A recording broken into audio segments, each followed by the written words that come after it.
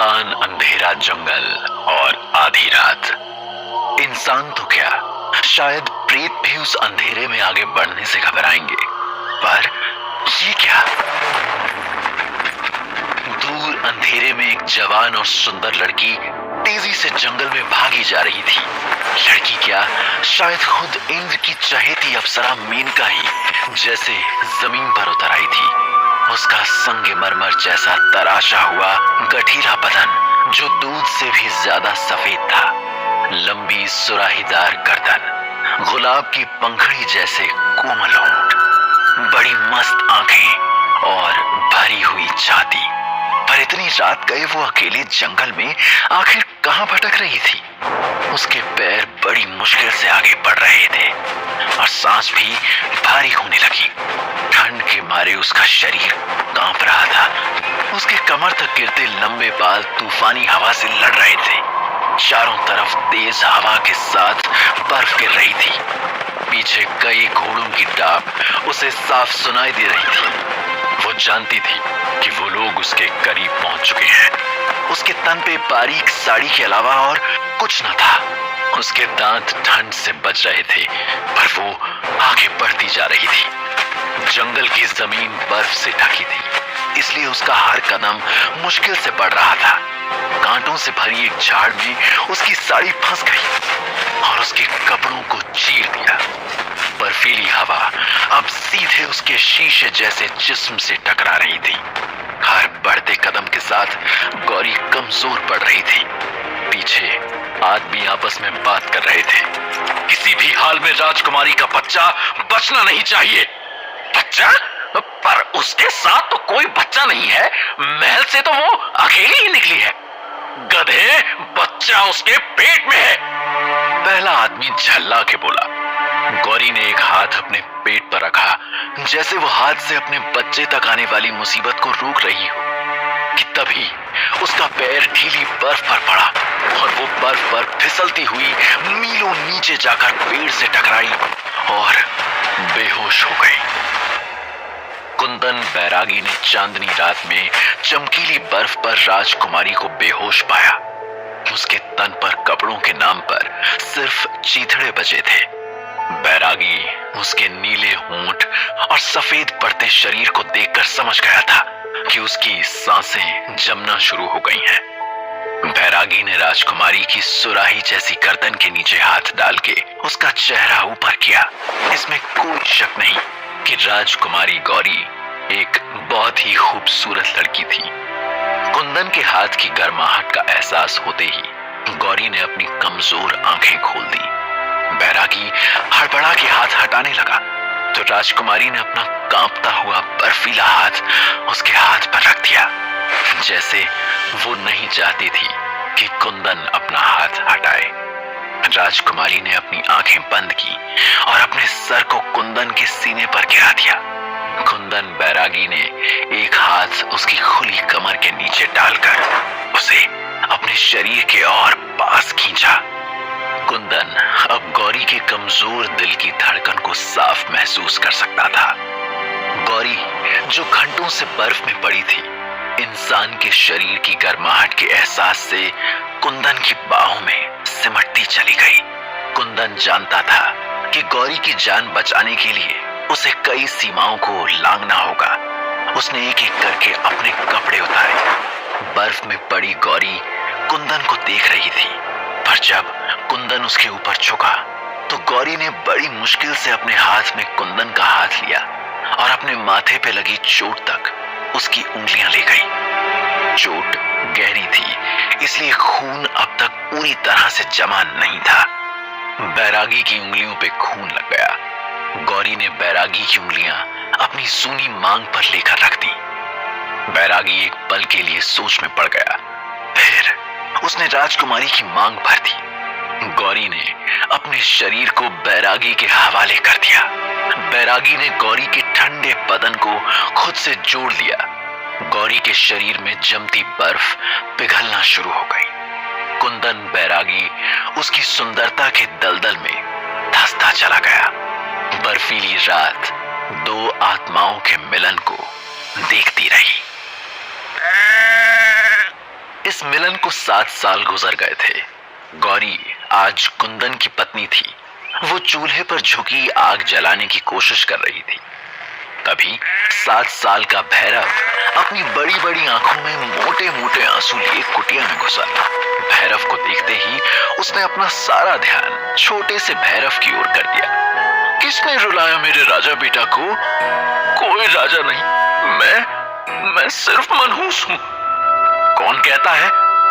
सब कहते हैं। लाशों को जलाने वाले डोम का बेटा हूं मैं। माँ, सब एक साथ खेलते हैं, बस मैं अकेला रह जाता हूं। हम गांव में क्यों नहीं रहते? इस काली चोटी पर सबसे अलग क्यों रहते हैं? रानी जोत मंदाकिनी नदी के किनारे बसा एक छोटा सा गांव था। इस वीराने में बसे गांव में भी कुंदन बैरागी की कुटिया ठीक शमशान पार जंगल के किनारे काली चोटी पर थी। इसलिए लोग भूलकर भी उधर से नहीं निकलते थे। पर गौरी अपने बेटे को ये सब नहीं बताना चाहती थी। उसने प्यार से भैरव के सर पर हाथ फेरा।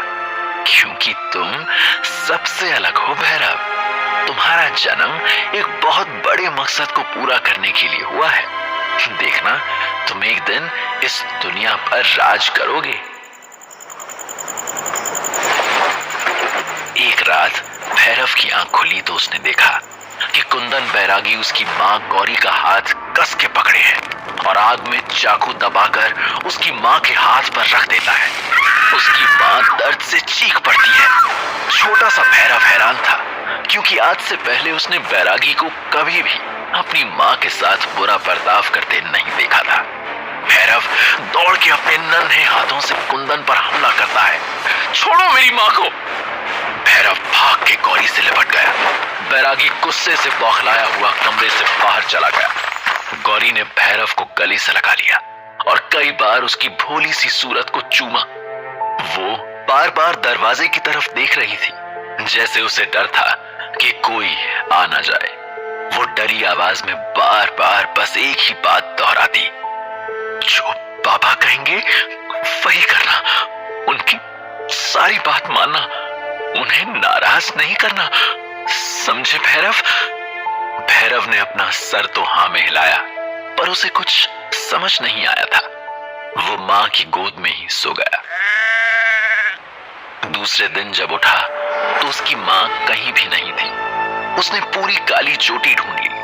भैरव ने थक हार के जब कुंदन से पूछा तो उसे टका सा जवाब मिला, मर गई तेरी मां। भैरव ने कुंदन से फिर कभी कोई सवाल नहीं पूछा। भैरव धीरे धीरे वो रात भी भूल गया। उसे याद रही तो मां की ये बात, जो बाबा कहेंगे वही करना। लेकिन उसकी मासूम मन में ये शक बैठ गया कि उसकी मां मरी नहीं, बल्कि उसके बाबा ने ही गुस्से में उसे मार दिया है। भैरव इस बात से भी अनजान था कि उसका कोई दुश्मन था जो उसके जन्म से पहले से ही उसे मारना चाहता था। पर उसकी मां के साथ क्या हुआ, जिस मां ने उसे बचाने के लिए इतना संघर्ष किया? आज वो नन्हे से भैरव को अकेला छोड़कर कहां चली गई थी? एक तूफानी रात कुंदन बैरागी रोज की तरह जंगल में ही रात बिता रहा था। भैरव कुटिया में सहमा हुआ अकेला बैठा था। उसे किसी बच्चे की रोने की आवाज आई। रोते हुए बच्चे की आवाज में दर्द सुन के भैरव से रहा नहीं गया और वो हिम्मत करके डरते कदमों से आवाज की तरफ गया।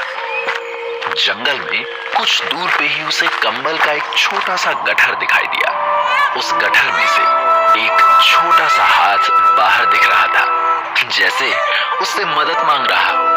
भैरव कुछ दूरी पे खड़ा था। दूसरी तरफ से एक खूंखार भेड़िया गट्ठर में लिपटी उस छोटी सी बच्ची की तरफ बढ़ रहा था। भैरव के अंदर का सारा डर अचानक शांत हो गया। उसकी आंखें सतर्क हो गईं। जहां उसकी उम्र के बच्चे शायद डर से बेहोश हो जाते, भैरव का दिमाग तेजी से चलने लगा। उसने अगल बगल नजर दौड़ाई। किसी जंगली जानवर की पैर हड्डी वहां पड़ी थी। भैरव ने धीरे से झुककर हड्डी उठाई और धीमे धीमे भेड़िए की तरफ बढ़ा। भैरव जब बच्ची के बिल्कुल करीब पहुंच गया तब भेड़िए ने सर उठाकर उसे देखा। दोनों एक दूसरे की आंखों में आंखें डालकर कुछ देर देखते रहे।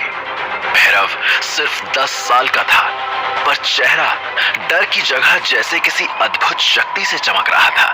भेड़िए ने 2 कदम पीछे लिया और भैरव के ऊपर छलांग मारी। भैरव अपनी जगह पर जमा रहा। जब भेड़िया हवा में ठीक उसके ऊपर आया और अपना मुंह खोला तो भैरव ने उठाई हुई हड्डी उसके मुंह में डाल दी। भेड़िया लुढ़क कर बगल में गिरा। भेड़िया मुंह में फंसी हड्डी में उलझ गया। 10 साल के भैरव की नजर चारों तरफ के जंगल के अंधेरे पर पड़ी। उसने देखा कि वो लोग एक नहीं, कई चमकीली आंखों से घिर गए हैं। ये चमकीली आंखें दर्जन भर भेड़ियों की थी, जो भैरव और मासूम बच्ची को नोच नोच के खा जाना चाहते थे। भैरव ने झट से कंबल में लिपटी बच्ची को उठाया और पूरी ताकत से कुटिया की तरफ भागा। कुछ देर तक तो उसे अपने पीछे दौड़ते भेड़ियों की आवाज आ रही थी, पर उसके कुटिया पहुंचते पहुंचते वो आवाजें जंगल में पीछे छूट गईं। कुटिया के अंदर पहुंचकर भैरव ने छोटी सी बच्ची को देखा। वो शायद अभी कुछ घंटों की ही थी। भैरव का छोटा सा मन ये सोच ही नहीं पा रहा था कि कोई इतनी सुंदर और छोटी सी बच्ची को अंधेरे जंगल में भेड़ियों के लिए कैसे छोड़ सकता है। उसे समाज पर गुस्सा आया, वही समाज जो उसे मनहूस और छोटी सी बच्ची को बोझ समझता है। भैरव ने उस रोती हुई बच्ची को गले से लगा लिया। उसने ये फैसला कर लिया था कि वो इस बेसहारा बच्ची का सहारा बनेगा। भैरव ने उसका नाम अपने भोले की सवारी के नाम पर नंदी रखा। भैरव के बाबा कुंदन बैरागी को उनके घर में होने न होने से कोई फर्क नहीं पड़ता था। न भैरव और नंदी उसे अपने होने का एहसास दिलाते। भैरव का जन्म किस बड़े मकसद के लिए हुआ था, ये उसे अब तक नहीं पता था। उसे सिर्फ एक ही मकसद पता था कि नंदी को वो कभी अकेला नहीं छोड़ेगा। आज नंदी 10 साल की हो गई थी और भैरव 20 साल का। शाम को जब भैरव नंदी को गांव के स्कूल से लेने जाता तो रास्ते भर में नंदी उसे पूरे गांव की खबर दे देती। भाइयों, पता है आज सरिता ताई की आरती चाची से भयंकर लड़ाई हुई और घुंघरू है ना, उसके बाबा आज शहर से उसके लिए 3 तरह की मिठाई और काले मोती की माला लाए। धक्के की बकरी ने 3 बच्चे दिए हैं और वो अपनी मुन्नी दादी है ना, उनके दांत नकली हैं। रात को कटोरे में ढक के रखती हैं। भैरव उसकी सारी बातें ऐसे सुनता जैसे वो दुनिया की सबसे जरूरी बातें हों। आज भी जब रोज की तरह भैरव नंदी को लेने गांव के लिए निकला तो काली चोटी से उतरते वक्त उसे ऐसा लगा कि पेड़ के पीछे से कोई उसे देख रहा है। भैरव के पूरे शरीर में एक अजीब सी बेचैनी हुई। उसने बगल में बहती नदी के ठंडे पानी से अपना मुंह धोया। पानी में उसका अक्स दिख रहा था और उसके ठीक पीछे थी वो 2 लाल आंखें। भैरव बिजली की तरह पलटा, पर वहां कोई भी नहीं था। क्या ये मेरा भ्रम है? नहीं, वो 2 लाल आंखें मुझे सच में दिखाई दी थी। भैरव खुद से ही बुदबुदाया। भैरव जब गांव में घुसा तो भगदड़ मची थी। पूछने पर पता चला कि नदी किनारे फिर एक लाश मिली है। रानी जोत में इस हफ्ते ये 3री लाश थी। ये मामूली बात नहीं थी। पूरे गांव में एक डर का माहौल छा गया। भैरव भी भीड़ के साथ नदी किनारे पहुंचा तो सामने एक आदमी की लाश पड़ी मिली। गांव का कोई भी आदमी डर के मारे आगे नहीं बढ़ रहा था। भैरव आगे बढ़ा और लाश को पानी से खींचकर जमीन पर लेकर आया। उसने लाश को गौर से देखा। लाश की गर्दन के ठीक नीचे चाकू का घाव था और जिस्म पर 3 गहरे अंदर तक चीरते हुए घाव। लोग आपस में फुसफुसा रहे थे, किसी जंगली जानवर का काम है, तीनों लाशों पर एक जैसे घाव हैं। बिरजू बाबा बोले, 1 हफ्ते में 3 हो गए, अब तो शाम के बाद घर से निकलना खतरनाक है। किसी ने कहा, सूरज डूबते ही नाकाबंदी करवानी पड़ेगी। एक तो अच्छे शिकारियों को जंगल में भेजकर इस जानवर को मरवाना होगा। अमृत चाचा बोले, पर भैरव पूरे जंगल को अपने आप से ज्यादा जानता था। वहां कोई ऐसा जानवर नहीं था जो ऐसा घाव कर सके। तीनों घाव में बराबर की दूरी और चीरे की सफाई से भैरव की समझ में आ गया था कि ये जख्म किसी हथियार से ही किया गया था। पर सवाल ये था कि ऐसा हथियार गांव में किसके पास हो सकता है। रोज की तरह दोपहर का खाना खिला के भैरव नंदी को सुलाकर जंगल से लकड़ियां लेने गया। भैरव लकड़ियां लेकर जब घर आया और देखा कि कुंदन बैरागी दरवाजे की चौखट पे बैठा लंबी सांसें भर रहा था, जैसे कहीं से भाग कर आया हो। बैरागी से कुछ भी पूछने की हिम्मत भैरव के पास नहीं थी। बैरागी ने कुटिया की छत से एक ढीली बिल्ली खींची और अपने हाथ के सामान को बिल्ली के पीछे कुटिया की छत पर छुपा दिया। भैरव की नजर तब जाके उसके हाथ पर पड़ी। कुंदन बैरागी के हाथ में खून से सना एक त्रिशूल था। त्रिशूल की 3 नुकीली धार ठीक वैसा ही घाव बनाती जैसा नदी पर मिली लाश के ऊपर था। क्या गांव में हो रही हत्या का जिम्मेदार कुंदन था? तभी भैरव ने देखा कि कुंदन के हाथ और सीने पे ताजे खून के निशान थे। उसे अचानक नंदी याद आई। भैरव के हाथ से लकड़ियां छूट गई। वो भागता हुआ कुटिया के अंदर पहुंचा तो देखा दीवार पर खून की छींटें थी और खून से लथपथ नंदी अपने बिस्तर पर पड़ी थी। क्या कुंदन ने ही नंदी को मार दिया? राजकुमारी गौरी की जिंदगी का क्या राज था और क्या है भैरव की जिंदगी का सच? जानने के लिए सुनते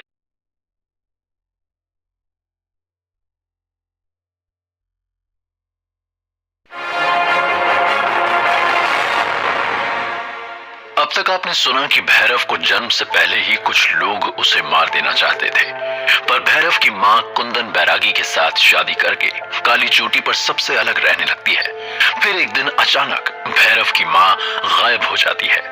एक दिन जब भैरव घर पहुंचता है तो देखता है कि कुंदन बैरागी खून से सना त्रिशूल कुटिया की छत में छुपा रहा है। भैरव भाग के कुटिया के अंदर जाता है तो देखता है कि खून से लथपथ नंदी अपने बिस्तर पर पड़ी है। अब आगे खून में लथपथ नंदी को देख भैरव के पैरों तले जमीन खिसक गई। कुछ देर के लिए उसके दिमाग ने उसका साथ छोड़ दिया। वो कुछ भी सोचने समझने की ताकत खो चुका था। पहले उसकी मां और अब नंदी। बचपन से लेकर अब तक उसने कुंदन से कोई सवाल नहीं किया, पर आज कुंदन ने हर सीमा तोड़ दी थी। भैरव के अंदर सालों का गुस्सा ज्वाला बनकर फूट गया। वो बाहर निकला, लकड़ी काटने वाली कुल्हाड़ी उठाई और कुंदन बैरागी की तरफ बढ़ा। बैरागी जंगल की तरफ मुंह किए खड़ा था। उसकी पीठ भैरव की तरफ थी। गुस्से में अंधे भैरव ने कुल्हाड़ी हवा में उठाई कि तभी पीछे से आवाज आई, भैयू। भैरव के हवा में उठे हाथ और बैरागी की तरफ बढ़ते कदम दोनों वहीं के वहीं जम गए। भैरव ने पलट कर देखा तो खून में लथपथ नंदी आंख मलती हुई कुटिया के बाहर खड़ी थी। भैरव को अपनी आंखों पे यकीन नहीं हुआ। नंदी ने फिर आवाज लगाई, भैयू कुटिया में। भैरव के हाथ से कुल्हाड़ी छूट गई। उसने दौड़ के नंदी को गले लगा लिया। उसकी जान में जान आई। नंदी बिल्कुल ठीक थी। भैरव ने उसे सर से पांव तक देखा। तुझे कहीं लगी तो नहीं ना कि खून कहां से आया? नंदी ने कुटिया की तरफ इशारा किया। भैरव भाग के कुटिया में घुसा। नंदी के बिस्तर के पास गया। बिस्तर के पीछे पहाड़ी भालू मरा पड़ा था। भैरव ने चैन की सांस ली। खिड़की से बाहर उसने कुंदन बैरागी को देखा। वो अभी भी जंगल की तरफ मुंह किए खड़ा था। भैरव ने नंदी को नहला धुलाकर साफ किया, फिर कुटिया की सफाई में लग गया। जब उसने भालू का शव उठाया तो उसने देखा कि भालू की गर्दन से पीठ तक वही 3 गहरे घाव थे जो गांव वालों की लाशों पर मिलते थे। भैरव ने एक नजर कुटिया की छत की तरफ डाली जहां कुंदन बैरागी ने अपना त्रिशूल छुपाया था। भले ही कुंदन ने नंदी की जान बचाई थी, पर गांव के लोगों को तो उसी ने मारा था। उसका सबूत अब भैरव के हाथ में था। पर आखिर क्यों? भैरव को हर हाल में सच जानना था। उस दिन भैरव ने एक भी मिनट के लिए नंदी को अकेला नहीं छोड़ा। जैसे उसे खोने का डर उसके दिल में बस गया था। भैरव के दिल में उसकी मां के जाने का जख्म आज ताजा हो गया था। रात को भी उसने नंदी को अपने ही साथ सुलाया। छोटी सी नंदी उसका हाथ पकड़े सपनों की दुनिया में खो गई। भैरव की भी आंख लग गई। रात में अचानक दरवाजा खुलने की आवाज से भैरव की आंख खुल गई। वो दरवाजे तक गया। उसे लगा शायद कुंदन बैरागी है, पर जब उसने कुटिया से बाहर देखा तो उसे एक औरत का साया दिखाई दिया। लंबे बाल हवा में उड़ रहे थे। भैरव उसकी तरफ बढ़ने लगा। भैरव जैसे जैसे आगे बढ़ता उसे औरत की सिसकियां साफ सुनाई देती। भैरव को आवाज जानी पहचानी सी लगी। वो आवाज की तरफ बढ़ने लगा। कौन है वहां? भैरव ने आवाज लगाई। औरत भैरव की आवाज पर चुप हो गई। भैरव ने फिर आवाज दी, कौन हो तुम और इतनी रात को यहां क्या कर रही हो? औरत धीरे धीरे भैरव की तरफ मुड़ी और कुटिया की रोशनी में आगे आई। भैरव का सर चकरा गया। सामने गौरी खड़ी थी, उसकी माँ। इतने सालों बाद भी बिल्कुल वैसी की वैसी। भैरव के पैर जम गए। माँ! गौरी की आंखों में आंसू थे। भैरव, मेरा राजा बेटा। भैरव को अपनी आंखों पे यकीन नहीं हो रहा था। वो माँ की तरफ बढ़ा, पर गौरी ने उसे हाथ के इशारे से वहीं रोक दिया। आगे मत बढ़ना भैरव। क्यों माँ? मैं तुझसे नहीं मिल सकती, पर एक माँ के दिल के हाथों मजबूर होके आज चली आई। गौरी ने रोते हुए कहा। क्यों नहीं मिल सकती माँ? कौन सी ऐसी ताकत है जो एक माँ को बेटे से नहीं मिलने देती? प्यार आसानी से नहीं मिलता भैरव, वो कुर्बानी मांगता है। मैं तेरे लिए कोई भी कुर्बानी देने को तैयार हूँ माँ। एक बार ठीक से सोच ले भैरव, इतना आसान नहीं होगा, और अगर बाद में मन बदला तो मैं तुझसे कभी नहीं मिल पाऊंगी। इसमें सोचना क्या है माँ? मेरे लिए दुनिया में सबसे जरूरी तुम हो। तुम्हें वापस लाने के लिए मैं कुछ भी करूंगा, बस मुझे रास्ता बताओ। गौरी कुछ देर चुपचाप खड़ी भैरव को देखती रही, जैसे उसके दिमाग की सारी बातें वो सुन सकती थी। फिर उसने कहा, मुझे पाने के लिए तुम्हें अपनी किसी कीमती चीज की कुर्बानी देनी होगी भैरव। कीमती चीज? भैरव के माथे पर बल पड़ गए। उसके पास तो कोई भी कीमती चीज नहीं थी। वो परेशानी से अपनी माँ की तरफ देखने लगा। ध्यान से सोचो भैरव, तुम्हारे पास सबसे कीमती चीज क्या है? उसके पास गिनती की 4 चीजें थी। एक कुल्हाड़ी, कुछ कपड़े, बादल, उसका घोड़ा और नंदी। भैरव का दिमाग सुन्न हो गया। नंदी? उसने अपनी माँ की तरफ देखा। गौरी की आंखों में आंसू भरे थे, जैसे वो जानती थी कि वो क्या मांग रही थी। भैरव के पैर कमजोर पड़ गए और वो वहीं जमीन पर घुटनों के बल गिर गया। भैरव के मन में उम्मीद की एक किरण जागी थी। वो शायद सच में अपनी माँ को वापस ला सकता था। भैरव को अपने सिर पे अपनी माँ का हाथ अच्छे से याद था, जैसे दुनिया की कोई भी मुसीबत उस तक नहीं पहुंच सकती थी। वो उस हाथ को महसूस करना चाहता था। आज इतने सालों बाद एक उम्मीद नजर आई थी कि शायद वो अपनी उजड़ी हुई दुनिया फिर से बसा सकता था। वो इस मौके को हाथ से कैसे निकलने दे सकता था। पर नंदी, गौरी शायद कुछ समझ गई। अपना ख्याल रखना भैरव, अब शायद तुम मुझे कभी ना देखो, पर बेटा एक बात हमेशा याद रखना, तुम्हारी माँ तुमसे बहुत प्यार करती है। इतना कह के गौरी जंगल की तरफ मुड़ी। भैरव बौखला गया। नहीं माँ, तुम मुझे फिर से छोड़ के नहीं जा सकती। मुझे रोकने का सिर्फ एक तरीका है भैरव, तुम्हें नंदी को मारना होगा। क्या तुम ये कर सकोगे? मैं करूंगा माँ। भैरव के सिर पे एक जुनून सवार था। उसने कुटिया के बाहर रखी कुल्हाड़ी उठाई और कुटिया में घुसा। नंदी की आंख खुल गई थी और शायद उसने भैरव और गौरी की सारी बातें भी सुन ली थी। वो डरी सहमी एक कोने में खड़ी थी। भाइयों, मैं तुम्हारी नंदी। नंदी सिसकी लेते हुए कहती है, पर भैरव जैसे अंधा बहरा हो गया था। भाइयों, मुझे मत मारो। नंदी फिर गिड़गिड़ाती है, पर भैरव के सिर पर जुनून सवार था। वो कुल्हाड़ी हाथ में लिए उसकी तरफ कदम बढ़ाता गया। भैरव अब ठीक नंदी के सामने था और नंदी के पास भी भागने का कोई रास्ता नहीं था। भैरव ने कुल्हाड़ी नंदी की गर्दन पे रख दी। नंदी के मुंह से डर के मारे कुछ नहीं निकला, पर उसने अपनी आंखों से एक आखिरी बार अपने भाई से मिन्नत की। भैयू, मैं तुम्हारी नंदी। भैयू, मुझे मत मारो। भैरव ने हाथ हवा में उठाया और एक ही बार में नंदी का सर धड़ से अलग गिर गया। सामने शीशे में नंदी के खून में भीगा भैरव का चेहरा था और उसके ठीक पीछे थी गौरी। पर जब गौरी ने अपना चेहरा ऊपर किया भैरव ने देखा वो दो लाल आंखें उसको देखकर मुस्कुरा रही थी। वही लाल आंखें जो हर जगह साए की तरह भैरव के साथ रहती थी। भैरव पसीने में भीगा हुआ जाग उठा। उसने बगल में देखा तो लिहाफ की परतों में बटुरी नंदी आराम से सो रही है। एक और डरावना सपना। भैरव कुछ देर नंदी के चेहरे की मासूमियत देखता रहा, जब तक उसके दिल की धड़कन की रफ्तार कुछ धीमी नहीं हो गई। सुबह भैरव रोज की तरह लकड़ियां काट रहा था। भैरव का सिर दर्द से फट रहा था, पर यह दर्द, वो डरावने सपने अब धीरे धीरे उसके जीवन का हिस्सा बनते जा रहे थे। तभी उसने सामने से आती नंदी को देख खुद को संभाला। वो अपनी किसी भी परेशानी को नंदी तक नहीं पहुंचने देना चाहता था। नंदी की भोली सी सूरत पर चिंता की गहरी लकीरें देख भैरव ने पूछा, क्यों मंत्री जी, आज की क्या ताजा खबर है? पर मंत्री जी का मुंह लटका हुआ देख भैरव समझ गया कि मामला गंभीर है। कुछ मिन्नत सिफारिश के बाद नंदी ने बताया, वो अपने स्कूल के नए मास्टर जी है ना, उनसे सारे बच्चे बड़े दुखी हैं। अच्छा, क्यों? कल धक्के की बकरी उसकी हिंदी की किताब खा गई। मास्टर जी ने उसे बाहर खड़ा कर दिया। बताओ जरा, इसमें धक्के की क्या गलती थी? बात तो ठीक है ना? फिर इतने मुश्किल मुश्किल पाठ पढ़ाते हैं और याद ना हो तो बाहर मुर्गा बनाकर खड़ा कर देते हैं। अच्छा, तो दिक्कत मास्टर जी हैं? नहीं बुद्धू, दिक्कत वो नहीं है। दिक्कत तो ये है कि आज गांव के सारे बच्चे मेरे पास आए थे ताकि मैं पगला बाबा से काला जादू करा के मास्टर जी को वापस उनके घर भेज दूं। गांव के बच्चे कुंदन बैरागी को पीठ पीछे पगला बाबा कहकर बुलाते थे। लोगों का कहना था कि उसके बस में दम पिशाच भी है।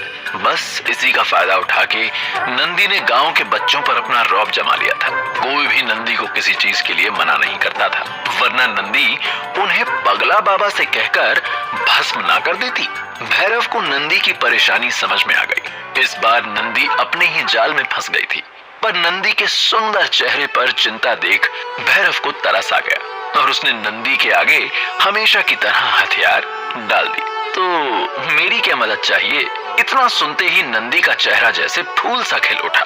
नंदी ने झट से पूरा प्लान भैरव को बता डाला। भैरव नंदी के छोटे से शरारती दिमाग से हैरान था, लेकिन उसे मना कर पाना उसके बस में नहीं था। तभी अचानक बैरागी वहां आया।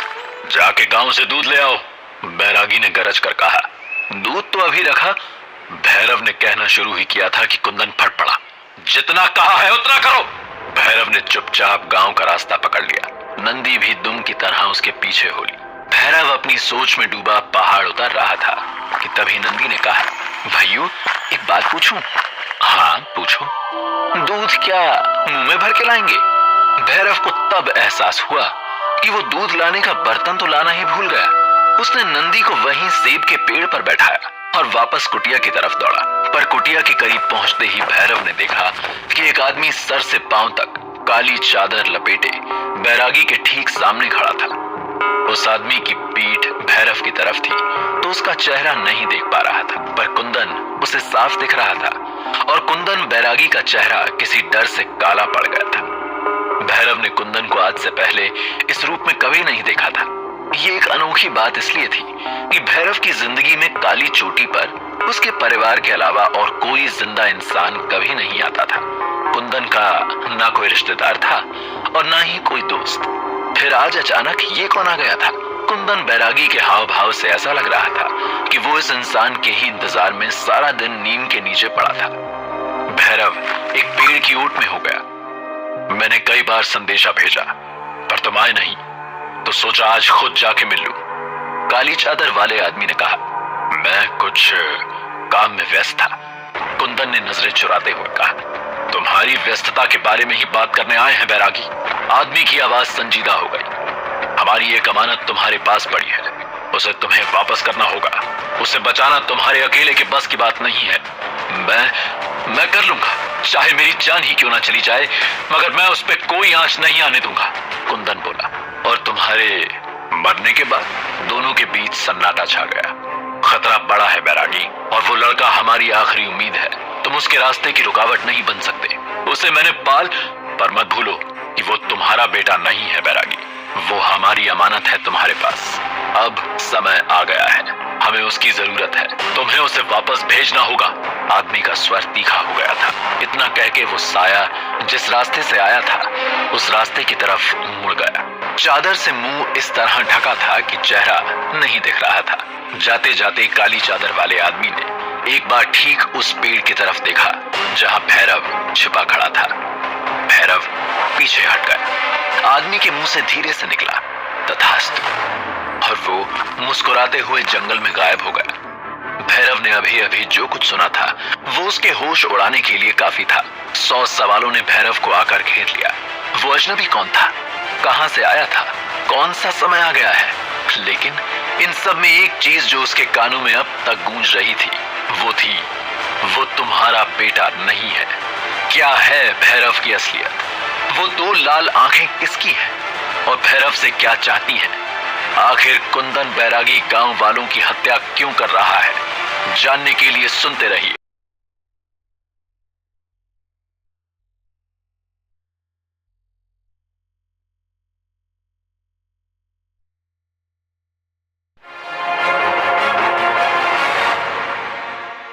अब तक आपने सुना 2 लाल आंखें हर जगह भैरव का पीछा कर रही हैं। डरावने ख्वाब उसे सोने नहीं दे रहे। भैरव को अब यकीन हो गया है कि कुंदन बैरागी ही गांव में लोगों की हत्या कर रहा है। एक अजनबी काली चोटी पे आता है और भैरव को यह पता चलता है कि वो कुंदन बैरागी का बेटा नहीं है। अब आगे, वो कुंदन बैरागी का बेटा नहीं था। वो खून से सना त्रिशूल क्यों कुंदन गांव के लोगों को मार रहा था? वो आंखें किसकी आंखें थी? कौन है जो उसका पीछा कर रहा है? कल उस अजनबी ने कुंदन बैरागी से कहा था कि वो लड़का हमारी अमानत है। समय आ गया है। आखिर किस चीज का समय आ गया था? भैरव को इस बात का यकीन नहीं हो रहा था कि 20 साल से भैरव एक झूठी जिंदगी जी रहा था। अब तक अपने बारे में वो जो कुछ भी जानता था वो झूठ था। अब उसके सब समझ में आ रहा था। कुंदन बैरागी की उसको लेकर लापरवाही, उसका रूखापन, उसका कभी भी भैरव के सर पर प्यार से हाथ ना रखना, सब कुछ भैरव की समझ में आ रहा था। उसे अब तक लगता था कि शायद कुंदन बैरागी ऐसा ही है, पर नहीं, वो उसके लिए ऐसा इसलिए था क्योंकि भैरव उसकी नाजायज औलाद था। और शायद हर बार भैरव को देखकर कुंदन बैरागी को गौरी की बेवफाई याद आती थी। भैरव का दिमाग काम करना बंद कर चुका था। रात को रोज की तरह जब नंदी को सुलाकर भैरव अपने बिस्तर पर लेटा तो उसने देखा कि कुंदन बैरागी कुटिया में इर्द गिर्द आग जलाकर जंगल की तरफ बढ़ गया। भैरव उस रात कुंदन बैरागी के पीछे कुटिया से निकला। उसे यकीन था कि रात के अंधेरे में ही उसके सारे सवालों के जवाब मिल सकते हैं। उसे हर हाल में सच जानना था। भैरव बैरागी से उतनी दूरी पर चल रहा था जहां उसके पैरों की आहट बैरागी के तेज कानों तक ना पहुंचे, पर बैरागी का ध्यान पूरी तरह से कहीं और था। वो तेजी से गांव के पीछे वाले रास्ते की तरफ बढ़ रहा था। नदी और पास आ रही थी। भैरव का शक अब यकीन में बदल रहा था। गांव में जितनी मौतें हुई थी सबकी लाशें नदी के पास इस हिस्से में ही मिलती थी। नदी पर पहुंचते ही बैरागी ने कुछ लकड़ियां इकट्ठा की और कमर से बंधे झोले में से माचिस निकालकर आग जलाई। त्रिशूल जमीन पर गाड़ा और उसी के बगल में ठीक आग के सामने बैठकर कुछ बुदबुदाने लगा। भैरव पेड़ की आड़ में छुपा ये सब खामोशी से देख रहा था। कुंदन ने कमर से एक खंजर निकाला, अपनी उंगली काट के अपना खून आग में बहा दिया। अचानक जंगल में से एक साया निकलकर कुंदन की तरफ बढ़ने लगा। जैसे ही साया आग के पास पहुंचा, भैरव ने देखा कि वो आदमी गांव का लोहार दुर्जन सिंह था। पर कुछ तो अजीब था।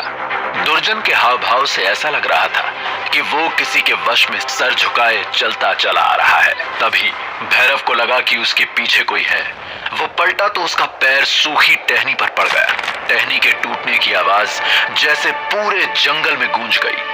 भैरव ने फौरन कुंदन की तरफ देखा, पर बहुत देर हो चुकी थी। दुर्जन भूखे शेर की तरह भैरव की ओर लपका, पर कुंदन बैरागी बीच में आ गया। दुर्जन ने अपने मुंह में कुंदन का त्रिशूल वाला हाथ दबा लिया। कुंदन दर्द से चीखा।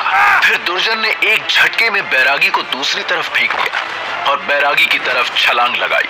भैरव हमेशा की तरह खतरा देखते ही सतर्क हो गया, जैसे कि खतरों से लड़ना ही उसके जीवन का असल मकसद था। पर आज उसके पास कोई हथियार नहीं था। उसने सोचा शायद भागा जा सकता है, पर तब तक दुर्जन बिजली की तरह उसके ऊपर झपट पड़ा। जमीन पर गिरे भैरव ने जब दुर्जन को देखा तो उसके होश उड़ गए। दुर्जन के मुंह से जानवर के ताजे खून की बू आ रही थी और दुर्जन की आंखें उसकी नहीं थी, पर उनकी जगह वही दो लाल आंखें थी, जैसे किसी ने दुर्जन के शरीर पर कब्जा कर लिया था।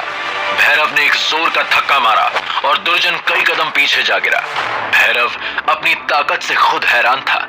दुर्जन शायद मुस्कुरा रहा था। इस बार उसने दुगनी ताकत से हमला किया। भैरव का सर किसी पत्थर से जा टकराया। उसकी आंखों के सामने अंधेरा छाने लगा। उसे अपने सर से निकलते खून का आभास हो गया था। दुर्जन उसकी गर्दन की तरफ अपना मुंह बढ़ा रहा था कि तभी दुर्जन की गर्दन, सीने और पेट से त्रिशूल के 3 नुकीले सर आर पार हो गए।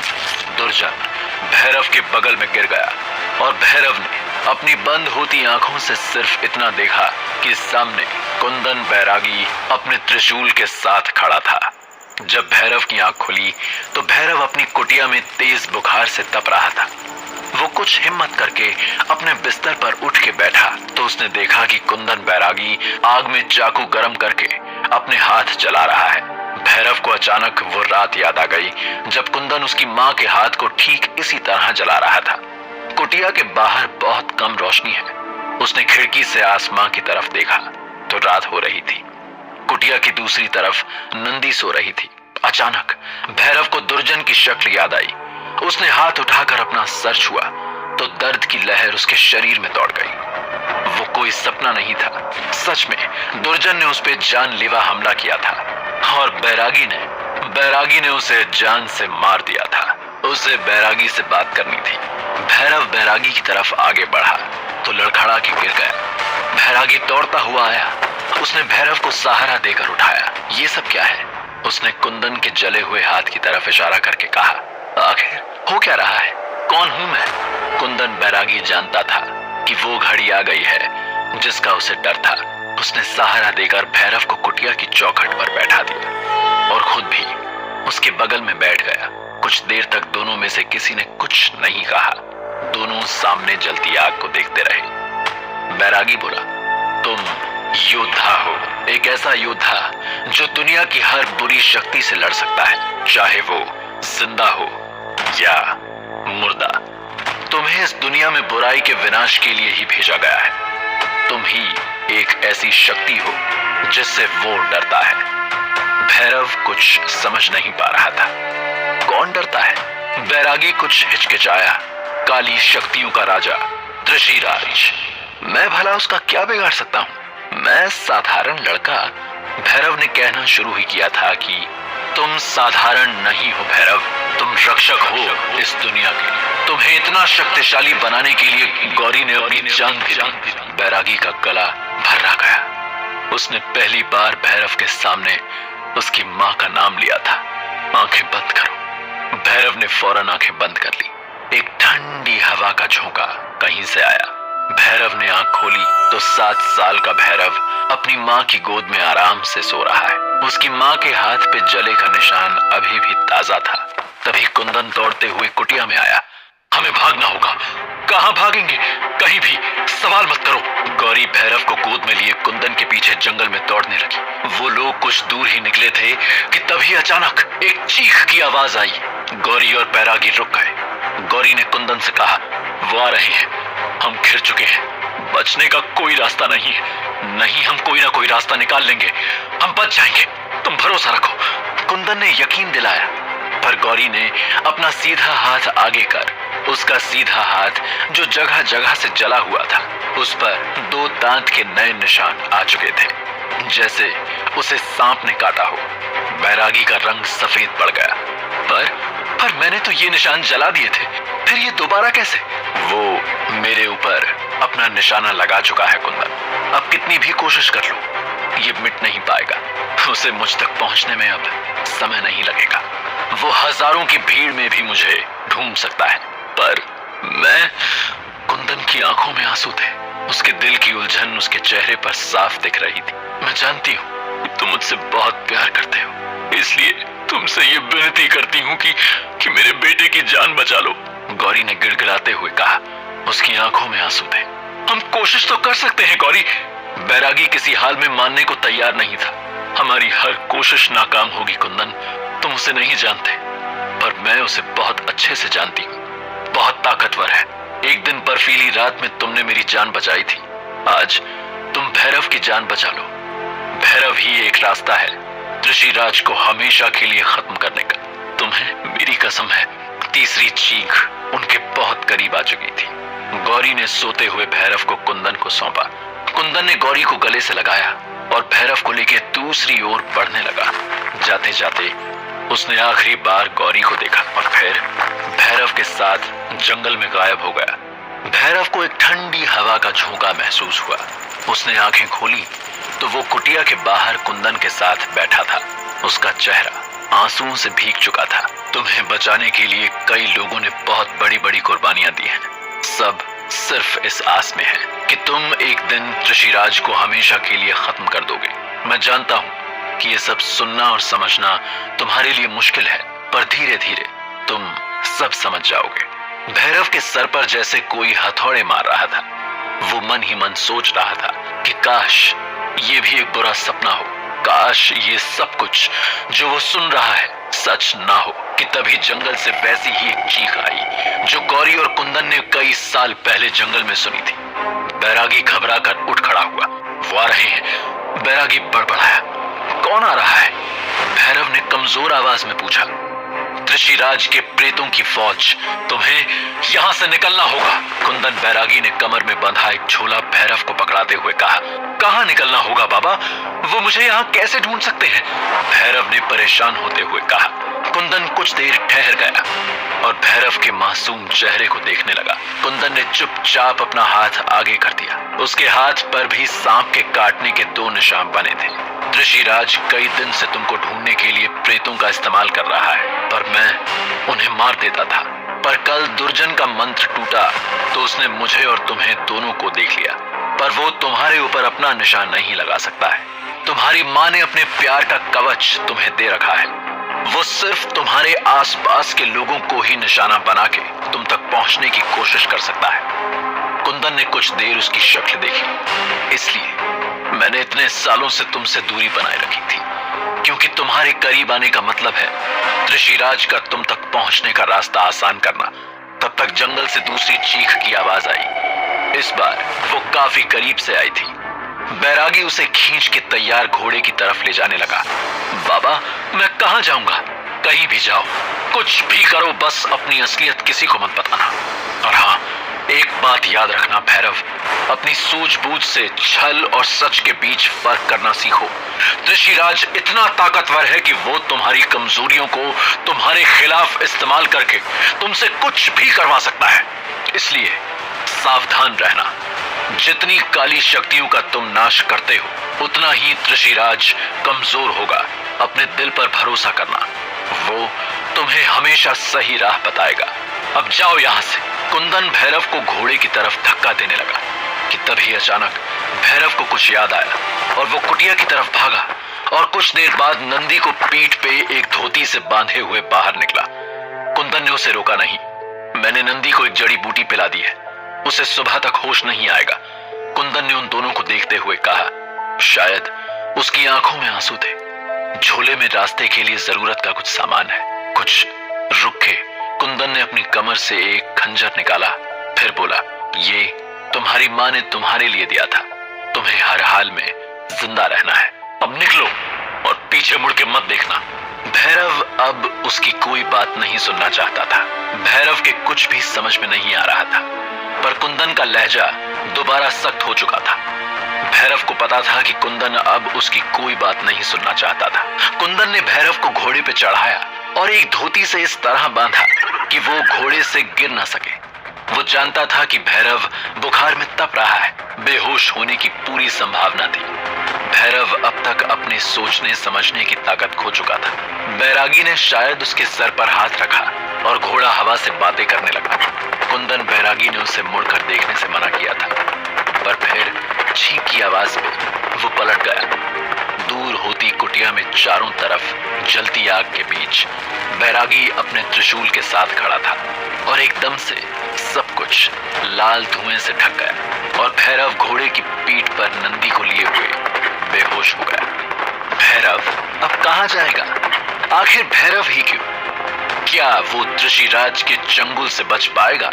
क्या भैरव अतीत और आज के बीच, सही और गलत के बीच, अपनों और गैरों के बीच बने इस माया जाल में अपना रास्ता ढूंढ पाएगा, या खुद भी वक्त का शिकार होकर इसमें हमेशा के लिए फंस जाएगा? जानने के लिए सुनते रहिए। अब तक आपने सुना कि काली शक्तियों का राजा ऋषिराज भैरव को मारना चाहता है, क्योंकि भैरव ही एक ऐसा शख्स है जो दुनिया को काली शक्तियों और ऋषिराज दोनों से मुक्ति दिला सकता है। भैरव को यह भी पता चला है कि कुंदन बैरागी उसका असली बाप नहीं था। प्रेतों की फौज काली चोटी पर हमला कर देती है, पर कुंदन नंदी और भैरव को वहां से भगा देता है। अब आगे भैरव खंजर से एक महिला का पेट काटना शुरू करता है। खून की फुहारें उसके पेट से निकल रही थी, पर महिला के मुंह से एक आवाज भी नहीं निकली। भैरव को लगा शायद वो मर गई है, पर उसकी आंखों से लगातार आंसू बह रहे थे। भैरव ने उसकी पेट की परतों को काटकर बच्चे को बाहर निकाला। महिला ने बच्चे को देखा और मुस्कुराने की कोशिश की। उसके मुंह से खुरदरी आवाज में निकला, लड़की। इधर उस बच्चे ने अपनी पहली चीख मारी और उधर महिला ने हमेशा के लिए आंखें बंद कर दी। भैरव राख के ढेर पर खून से लथपथ एक नवजात बच्चे को लिए खड़ा था। पानी की एक बौछार भैरव के मुंह पर पड़ी। उसने आंखें खोल दी। एक और सपना, भैरव ने मन में सोचा। उसने देखा तो उसके मुंह के ठीक ऊपर नंदी मुंह में पानी भरे बैठी थी। उसको जगता देख नंदी मुंह का पानी पी गई। कितनी देर से उठा रही हूं भैयू, तुम कुंभकर्ण की तरह सोए पड़े हो। पता नहीं बाबा हमें कहां छोड़ गए हैं। मुझे लगता है उन्हें पता चल गया कि हम अकेले ही खीर चट कर गए, तभी हमें यहां फेंक दिया है। नंदी बड़बड़ा रही थी। भैरव ने आंख खोली तो उसने देखा कि वो जमीन पर पड़ा है। उसका घोड़ा बादल उसके बगल में खड़ा है और सामने नदी बह रही है। धूप की गर्मी से भैरव को यह एहसास हुआ कि वो रानी जोत से काफी नीचे तराई की तरफ आ चुके हैं। भैरव ने अपनी शर्ट उतारी और पानी में कूद गया। ठंडे पानी में जाते ही जैसे उसके बदन की कई गांठें घुलने लगी। रानी जोत, कुंदन बैरागी और उसकी मां गौरी, भैरव सबको भूल जाना चाहता था। वो भूल जाना चाहता था कि उसे दुनिया को बचाना है। वो सिर्फ ये याद रखना चाहता था कि आज से उसकी एक नई जिंदगी की शुरुआत हो, जिसमें सिर्फ वो होगा, नंदी होगी और उसका घोड़ा बादल होगा। पानी से निकलकर भैरव को अचानक भूख लगी। उसने नंदी की तरफ देखा। नंदी अपनी गोद में 2 सेब रखे मजे से खाए जा रही थी। भैरव ने पूछा, झोले में थे? नंदी ने अपना छोटा सा सर ना में हिलाया और शैतानी से भरी मुस्कुराहट के साथ भैरव को पेड़ों की तरफ इशारा किया। भैरव ने देखा तो वो एक सेब के बगीचे के किनारे ही खड़े थे। अब गिरे हुए फल उठाना तो चोरी नहीं होती, नंदी ने फौरन अपनी सफाई में कहा। भैरव ने मुस्कुराकर अपनी छोटी बहन की तरफ देखा। तू यहीं बैठ, मैं आया, कहकर भैरव बगीचे में घुस गया। नंदी ने सिर पर हाथ रख लिया। उसे पता था कि भैयू बगीचे के रखवाले से मांग कर ही सेब लाएगा। भैरव बगीचे में अंदर बढ़ा तो देखा एक आदमी पेड़ के नीचे सो रहा है। उससे कुछ दूर 2 लोग उसकी तरफ बढ़ रहे हैं। भैरव की गर्दन के पीछे के बाल खड़े हो गए। कुछ तो गड़बड़ है। उसने देखा कि कैसे पहले आदमी ने सोए हुए आदमी के घोड़े से झोला उठाया और दूसरे ने फलों की एक गठरी उठा ली। भैरव समझ गया कि ये दोनों चोर हैं। भैरव फौरन एक पेड़ पर चढ़ गया। चोर चोरी करके उसी पेड़ के नीचे से निकले तो उनके ऊपर भैरव कूद गया। दोनों ही झट से जमीन पे गिर गए, कुछ तो चोट की वजह से और कुछ डर से। भैरव ने अपनी कमर का खंजर निकाला और दोनों से झोले और फल की पोटली लौटाने को कहा कि तभी अचानक किसी ने डंडे से भैरव की पीठ पर हमला किया। भैरव पलटा तो देखा कि सामने वही आदमी खड़ा था जिसका सामान चोरी हुआ था। वो भैरव की तरफ देखकर बोला, राघव की नाक के नीचे चोरी? चाकू के दम पे दो शरीफ लोगों को लूट रहे हो? असली चोर मामला समझ गए और उठ के सर पट भागे। भैरव उनके पीछे लपका तो राघव ने उसे अपने डंडे से रोक लिया। हिलना मत, मैंने तुम जैसे अच्छों को ठीक किया है, अभी हवालात में बंद करवाता हूँ। अरे वो चोर हैं, भैरव ने अपनी सफाई में कहा। हाँ, हर चोर पकड़े जाने के बाद यही कहता है, राघव ने बड़ी समझदारी से कहा। भैरव ने भागते हुए चोरों की तरफ देखा, वो 9-2-11 हो चुके थे। भैरव ने हार कर कहा, लो गया सामान। कौन सा सामान गया? वही जो तुम चुराने वाले थे, राघव ने गर्व से भरी आवाज में कहा। नहीं, वो सामान जो आपकी नाक के नीचे से और आपके घोड़े के ऊपर से वो दोनों चोर खोल के ले गए हैं। भैरव ने चुटकी काटी। मेरा सामान तो मेरे घोड़े। राघव की आंखें बड़ी हो गई। भागता हुआ अपने घोड़े तक पहुंचा तो देखा उसका सारा सामान गायब है। उसने झेप कर भैरव की तरफ देखा। भैरव अभी भी वो हिस्सा सहला रहा था जहां लाठी पड़ी थी। भाई यार, गलती हो गई, माफ कर दो। राघव ने अपना घोड़ा लिया और आगे चलते भैरव के पीछे पीछे आने लगा। भैरव वापस नंदी के पास पहुंचा। पूरे रास्ते राघव माफी मांगता रहा। नंदी ने जब उसे और राघव को आते देखा तो बोली, भैयू इनको खाना है क्या? नंदी ने राघव की तरफ इशारा किया। राघव सकपका गया। भैरव को हंसी आ गई। हंसो मत, तुम तो खाना लेने गए थे। इतना सुन के राघव की जान में जान आई। उसने झट से अपनी जेब में से कागज की लिपटी घी लगी रोटी नंदी के सामने रख दी। नंदी ने भैरव से आंखों ही आंखों में खाने की इजाजत मांगी। भैरव ने दे दी। तीनों लोगों ने वहीं नदी किनारे बैठ के रोटी खाई। मुझे तो बिलासपुर पहुंचना है, यहाँ से कुछ 40-50 मील दूर है, राघव ने बिना पूछे बताया। बिलासपुर में घर है? भैरव ने पूछा। नहीं, घर तो नहीं है, बस काम ऐसा है कि जहां से बुलावा आता है वहां को चल देते हैं। क्या काम करते हो? छानबीन, राघव ने हंसते हुए कहा। जब भी कोई टेढ़ा मामला आता है तो लोग मुझे बुलाते हैं गुत्थी सुलझाने के लिए। राघव गर्व से बोला। मतलब जासूस हो? भैरव ने सीधा बोला। ओहो, पूरा स्वाद खराब कर दिया। ये शब्द मेरी कला को गाली है, कुछ भी कह लो, जासूस न कहना। भैरव हंसने लगा। राघव ने बात बदलते हुए पूछा, और तुम? यही पास के गांव से हूँ। घर में आग लग गई और सब कुछ जल के राख हो गया। बस मैं और मेरी छोटी बहन ही बचे हैं। भैरव ने लगभग सब सच ही बताया और दूर खड़ी नंदी को देखने लगा। नंदी शायद दोनों घोड़ों में दोस्ती कराने की कोशिश कर रही थी। तो इसका मतलब ये कि न रहने का कोई ठिकाना है और न ही कमाने का। राघव ने एक लाइन में भैरव का हाल समझने की कोशिश की। ऐसा ही समझ लो, भैरव ने कुछ सोचते हुए कहा। सच तो ये था कि राघव की बात ने उसे ये सोचने पर मजबूर कर दिया था कि वो नंदी को कुटिया से उठा तो लाया, अब कहाँ रखेगा और क्या खिलाएगा। देखो दोस्त, तुमने राघव की मदद की, मेरा सामान चोरी होने से बचाया। वो बात अलग है कि मैंने ही थोड़ी ज्यादा समझदारी दिखाने के चक्कर में अपना ही नुकसान कर लिया, पर एहसान तो तुम्हारा है और राघव किसी का एहसान नहीं रखता, इसलिए तुम्हारे रहने और खाने का इंतजाम मैं बिलासपुर में करा दूंगा। भैरव मदद लेने में थोड़ा हिचकिचाया, शायद इसलिए क्योंकि बचपन से लेकर अब तक कभी किसी ने उसकी मदद नहीं की थी। उसे हिचकिचाता देख राघव बोला, पहाड़ों की एक कहावत है, जैसे लाठी मारे पानी ना फूटे, वैसे साथ खाई रोटी की दोस्ती ना टूटे। और अब तो हम दोस्त हैं और दोस्त ही एक दूसरे के काम आते हैं। भैरव का पहला दोस्त। भैरव को राघव सच्चे मन का भोला इंसान लगा और उसके पास कोई दूसरा रास्ता भी न था। भैरव मान गया और दोनों दोस्त नंदी को साथ लिए बिलासपुर की तरफ चल दिए। दिन भर चढ़ाई के बाद सूरज डूबते डूबते भैरव और उसके साथ बिलासपुर के जंगल के बाहर पहुंच गए। भैरव की गर्दन के बाल एक बार फिर सतर्क हुए। हर गड़बड़ी से पहले भैरव का दिल उसे जैसे बता देता था कि आगे खतरा है। राघव ने घोड़ी घुमाई और जंगल के साथ साथ चलने लगा। अरे पर बिलासपुर तो जंगल के उस पार है ना? भैरव ने पूछा। हाँ है तो वही।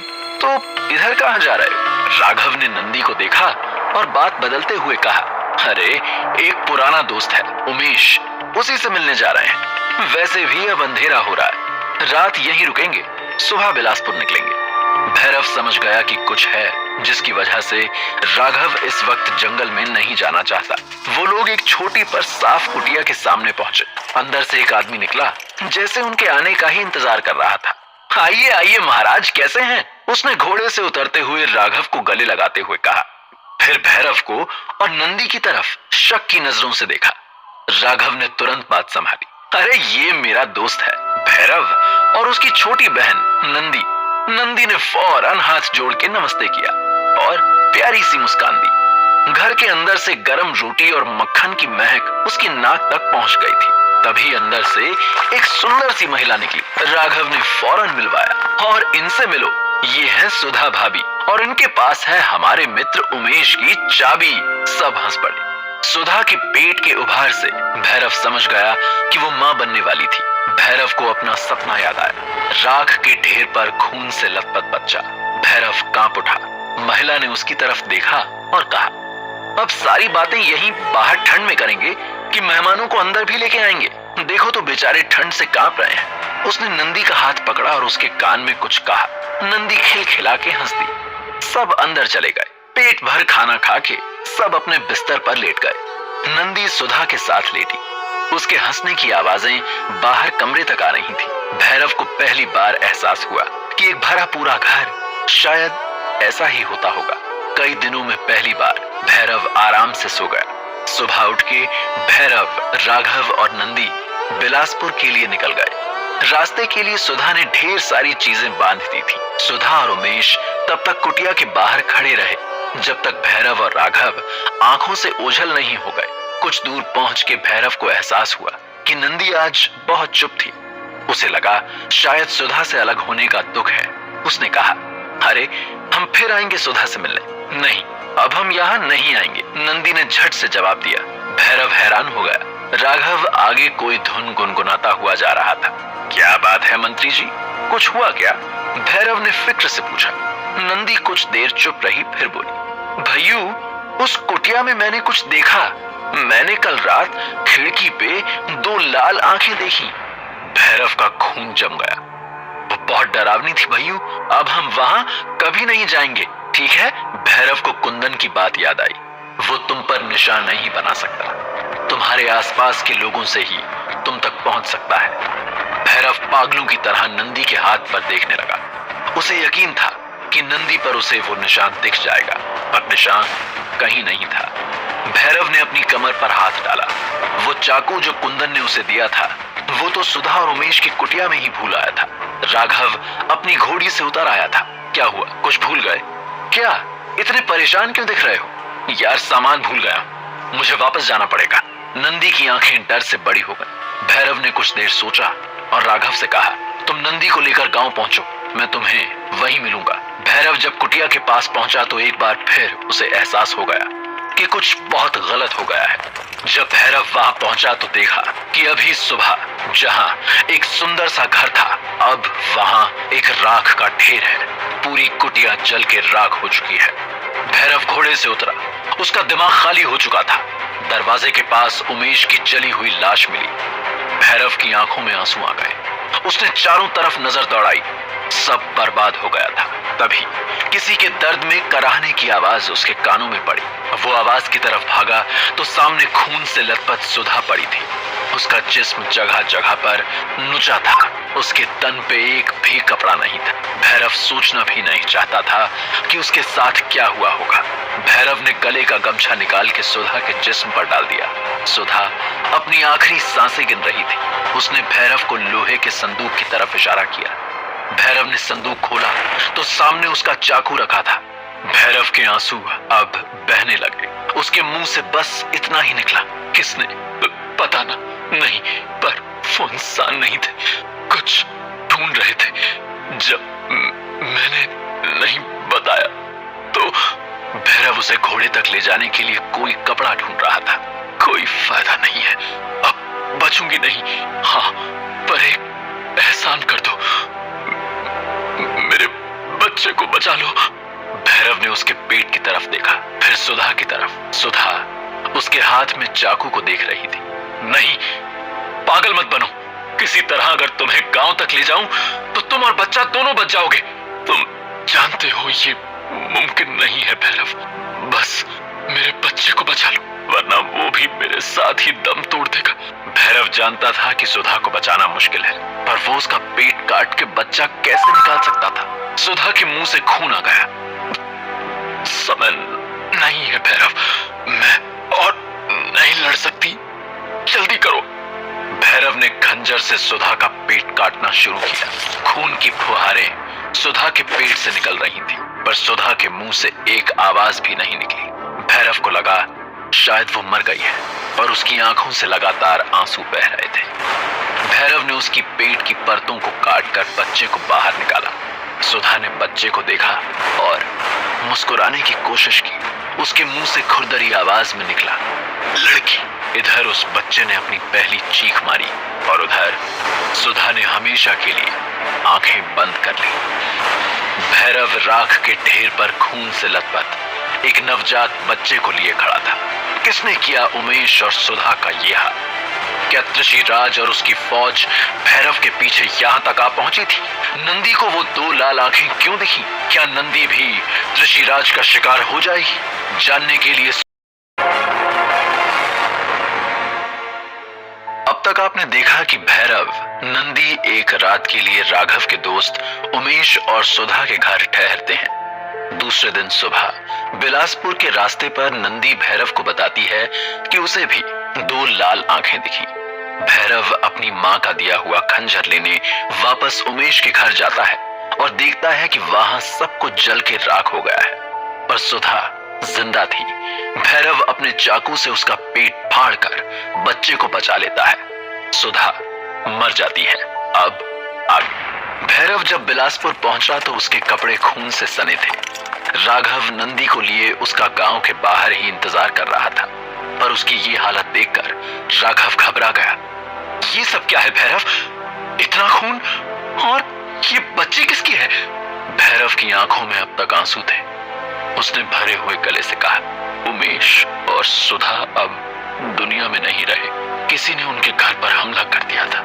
मैं जब पहुंचा तो उमेश पूरी तरह से जल चुका था, पर सुधा जिंदा थी। उसने मुझसे बच्चे की जान बचाने के लिए कहा। सुधा के पास वक्त नहीं था और मेरे पास और कोई रास्ता नहीं था। राघव एक गहरी सोच में पड़ गया। भैरव को लगा कि शायद राघव सवाल करेगा। आखिर वो राघव के लिए एक अजनबी ही था। राघव के चेहरे पर दुख के भाव तो थे, पर हैरान नहीं था। भैरव को ये बात कुछ अजीब लगी, पर उसने ज्यादा कुछ कहा नहीं। उसने भैरव से बच्ची को ले लिया और वो लोग बिलासपुर महल की तरफ बढ़े। बिलासपुर महल में उत्तर की तरफ एक आलीशान कमरे में राजकुमारी दामिनी बर्फ के पानी से नहा के निकली थी। उसके इर्द गिर्द खड़ी दासियां इतनी ठंड में बर्फ के पानी को देख के ही ठंड से कांप रही थी, पर राजकुमारी के मुंह पे ठंड का एहसास तक नहीं था, जैसे वो पत्थर की हो गई हो। राजकुमारी के पानी में से निकलते ही दो दासियों ने उन्हें मुलायम तौलिए में लपेट लिया। दामिनी शीशे के सामने जा खड़ी हुई। आज उसका 18वां जन्मदिन था। उसका शरीर डूबते सूरज की तरह गुलाबी था। काले घुंघराले बाल जो कमर तक गिर रहे थे। संगमरमर जैसा तराशा हुआ गठीला बदन था। उसका शरीर नाजुक जरूर था, पर कमजोर नहीं। उसके शरीर में वो चमक थी जो योद्धाओं के शरीर में होती है। पतली कमर, सख्त पेट, चौकोर मजबूत कंधे, भरी हुई छाती, पतले पर लचीले हाथ पैर, सुराही सी गर्दन और उसके ऊपर दो नीली आंखें, जैसे बर्फ जमी हुई झील जिसमें एक बार कोई गिर जाए तो फिर हमेशा के लिए फंस जाए। शायद इसलिए कोई भी उससे जल्दी नजरें नहीं मिलाता था। दामिनी ने एक नजर सामने फैले सामान पर डाली। हर तरह के सुंदर कपड़े, कीमती जेवर सामने पड़े थे। दामिनी ने सामने रखे जेवर और कीमती कपड़े उठा के फेंक दिए। कितनी बार कहा है, मुझे ये सब नहीं पसंद है, मेरे रोज के कपड़े लाओ। दासियां आवाज भर से ही कांप गईं। राजकुमारी तैयार हो गईं। आवाज वसुंधरा की थी, छोटी रानी सा, यानी दामिनी की सौतेली माँ। कमरे में सन्नाटा छा गया। दामिनी बिलासपुर राजा की पहली पत्नी की बेटी थी। उसके पैदा होते ही उसकी माँ चल बसी थी। फिर राजा ने वसुंधरा से शादी की और उनसे उनका एक बेटा भी था, कुंवर शिवराज। वसुंधरा ने दामिनी को बेटी की तरह चाहा था।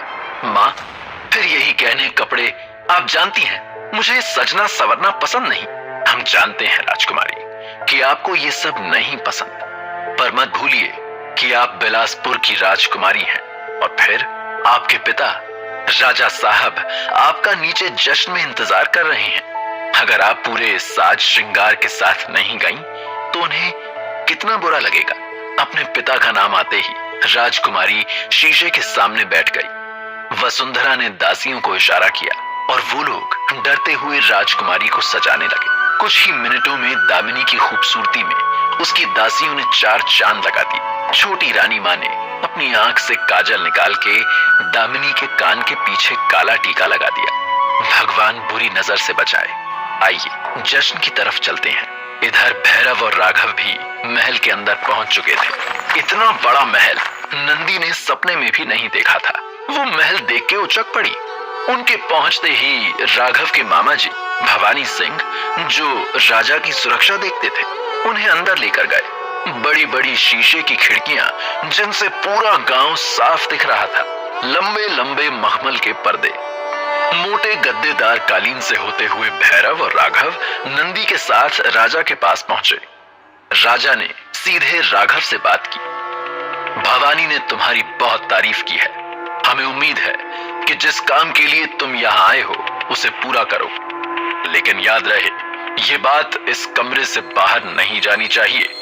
आज राजकुमारी की सालगिरह का जश्न है। आज तुम लोग खाओ पियो आराम करो, पर कल से काम पर लग जाओ। हम गांव की और बर्बादी नहीं देख सकते। राजा ने अपनी बात खत्म की। राघव ने सर झुकाकर प्रणाम किया तो भैरव और नंदी ने भी हाथ जोड़ के सर झुका दिया। राघव ने फिर आगे बढ़कर धोती में लिपटी सुधा की बेटी को राजा के पैरों में रख दिया।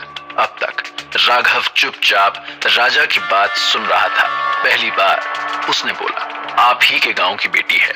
इसके माँ बाप आज सुबह मारे गए। अब आपके सिवा इसका कोई नहीं है। कृपा करें, और मेरा काम शुरू हो चुका है। आप चिंता ना करें। राजा ने भवानी को इशारा किया। भवानी ने पैरों में रखी बच्ची को उठाया और भैरव, नंदी और राघव को लेकर बाहर आ गया। भवानी ने विद्या नाम की एक औरत को बच्ची सौंप दी। नंदी ने रस्ते भर उस बच्ची का पूरा ध्यान रखा था, यहाँ तक कि उसने अपनी शॉल भी उतार के उस छोटी सी बच्ची पर लपेट दी थी ताकि उसे ठंड न लगे। कुछ ही देर में नंदी का जैसे उस बच्ची से गहरा नाता बन गया था। उसे इस तरह से अनजान औरत के हाथों में देख नंदी परेशान हो गई। गौरव को भी बच्ची से अलग होना कुछ अजीब लगा। उसे सुधा ने जिस तरह से बच्ची सौंपी थी, उसे ऐसा लगने लगा था कि अब उस बच्ची की जिम्मेदारी उसके ऊपर है। भवानी ने मुस्कुराते हुए कहा, चिंता मत करो, उसका पूरा ख्याल रखा जाएगा। नवजात बच्चे को मजबूत हाथों की नहीं, माँ के दूध की जरूरत होती है। फिर तुम लोग जब चाहो उस बच्ची से मिल सकते हो। वो यहीं महल में रहेगी। भैरव, नंदी और राघव को 2 मंजिला हवेली के ऊपर वाले कमरे में ठहराया गया। नंदी ने पेट भर फल खाए और जैसे ही बिस्तर पे लेटी, उसे गहरी नींद आ गई। भैरव के दिमाग में राजा की कही हुई बातें घूम रही थी, पर उसने राघव से कोई भी सवाल नहीं किया। कुछ पूछोगे नहीं? राघव ने जैसे उसका दिमाग पढ़ लिया था। कुछ बताने वाला होगा तो तुम खुद ही बता दोगे, है ना? भैरव ने जवाब के बदले सवाल किया। बिलासपुर में पिछले 18 सालों से रहस्यमयी मौतें हो रही हैं। कोई नहीं जानता कि क्यों और कैसे। बस अचानक किसी की लाश मिलती है। गांव में अजीब सा भय बस गया है।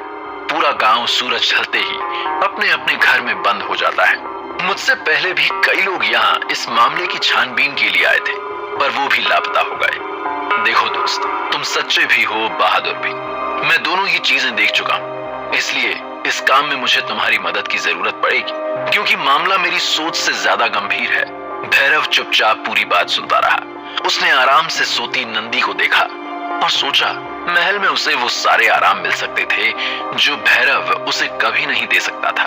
फिर उसे सुधा का चेहरा याद आया। हो सकता है जैसा वो सोच रहा था वैसा ना हो सकता है सुधा को ऋषिराज ने नहीं बल्कि उसी ने मारा हो जो बिलासपुर में हत्या कर रहा था।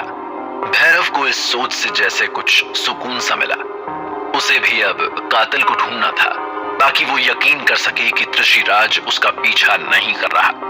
राघव उसके चेहरे के भाव को पढ़ने की कोशिश कर रहा था। भैरव ने राघव से कहा, तुम मेरे और नंदी के लिए इतना कुछ कर रहे हो, अगर मेरी मदद से यह मामला हल हो सकता है तो मैं तुम्हारे साथ हूं। इतना सुनते ही राघव का चेहरा खुशी से चमक उठा। तो चलो फिर इसी बात पे आज तुम्हें महल का जश्न दिखाते हैं और साथ ही राजकुमारी दामिनी के भी दर्शन करा देते हैं। हाय, कसम से दुनिया की सबसे सुंदर लड़की है, बस उसकी आंखों में मत देखना। कहते हैं जिसने उसकी आंखों में देखा वो तो गया। राघव ने हाथों से मरने का इशारा किया। महल से कुछ दूर पहाड़ी के पास रात के अंधेरे में एक आदमी चला जा रहा था। घास में उसके पैर सर सर की आवाज कर रहे थे। उसने एक बीड़ी सुलगाई और कश मारा। बीड़ी का धुआं उसके कानों के पास से होकर उसके पीछे छूटा जा रहा था। तभी उसके पीछे एक सरसराहट। वो पीछे मुड़ा। गहरी अंधेरी रात में जहां तक उसकी नजर पड़ रही थी उसे कोई दिखाई नहीं दिया। कौन है बे? उसकी आवाज रात के अंधेरे में खुलकर रह गई, लेकिन कोई जवाब नहीं आया। रात की ठंडी से बचने के लिए वो बीड़ी के कश लगाते हुए आगे बढ़ने लगा। दोबारा से सरसराहट हुई तो उसे लगा कि इस बार ठीक उसके पीछे कोई खड़ा है। वो तुनक के पीछे मुड़ा तो कुछ भी नहीं था। साला लगता है ज्यादा पी लिए हैं आज। वो सर खुजाते हुए सामने घूमा ही था कि चौंक कर 2 कदम पीछे हो गया। उसके सामने एक औरत खड़ी थी जिसके लंबे बाल हवा में उड़ रहे थे। कौन? उसने घबरा कर पूछा। अचानक उसके दिमाग में एक सवाल तुनका, इतनी रात को सुनसान जगह पे अकेली औरत का क्या काम? उसने इधर उधर नजर दौड़ाई। उसके हाथ पैर सुन्न होने लगे। वो डर से कांपने लगा। उसने सामने देखा, उस औरत के कंधे आगे की तरफ झुके थे। तन पर सड़े गले चीथड़े लिपटे हुए थे। उसका सर कंधे से ऐसे झूल रहा था जैसे टूटा हो। देखते ही देखते उसका सर पीछे की तरफ से धीरे धीरे उठने लगा। चेहरा देखते ही उस आदमी की चीख से पूरी सड़क गूंज गई। वहीं महल में राघव और भैरव जब जश्न में पहुंचे तो नाच चल रहा था। कई खूबसूरत लड़कियां आंगन के बीच में नाच रही थी। हर तरफ महंगे कपड़ों और इत्र की खुशबू से महल महक रहा था कि तभी अचानक भैरव की नजर राजकुमारी दामिनी पर पड़ी। वो राजा के बगल में बैठी थी। उसके चेहरे पर कोई भी भाव नहीं था। राघव सच कह रहा था। भैरव ने आज तक इतनी सुंदर लड़की पहले कभी नहीं देखी थी। लोगों की भीड़ से होते हुए अचानक दामिनी की नजर सीधे भैरव से मिली। भैरव जम गया। कुछ देर वो दोनों जश्न की चकाचौंध से जैसे कहीं दूर पहुंच गए थे। भैरव चाहकर भी राजकुमारी के चेहरे से अपनी नजर हटा नहीं पा रहा था। उन बर्फीली आंखों ने जैसे उसे अपने अंदर कैद कर लिया था कि तभी महल के मुख्य द्वार से एक बुढ़िया भागती हुई अंदर घुसी। बिखरे बाल, फटी पुरानी साड़ी देखने में बिल्कुल पागल लग रही थी। एक और मौत, एक और की बलि, वो सबको मार देगी, वो सबको मार देगी, कोई नहीं बचेगा, तुम सब मरोगे। सिपाही बुढ़िया को दोनों तरफ से पकड़कर महल से बाहर खींच कर ले जा रहे थे। भैरव ने अगल बगल लोगों को बुदबुदाते सुना, बुढ़िया पागल है, ये अंदर कैसे आई? एक और मौत, क्या सच में कोई मर गया? बुढ़िया झूठ नहीं बोलती। भैरव की नजर ऊपर मंच पर गई तो राजकुमारी दामिनी गायब थी। क्या सुधा और उमेश को ऋषिराज ने मारा था या कोई और है जो बिलासपुर की हत्या के पीछे है? क्या भैरव सच में ऋषिराज के चंगुल से निकल आया है या और गहरी साजिश का हिस्सा बन गया है? क्या है बिलासपुर में हो रही हत्याओं का सच? जानने के लिए सुनते रहिए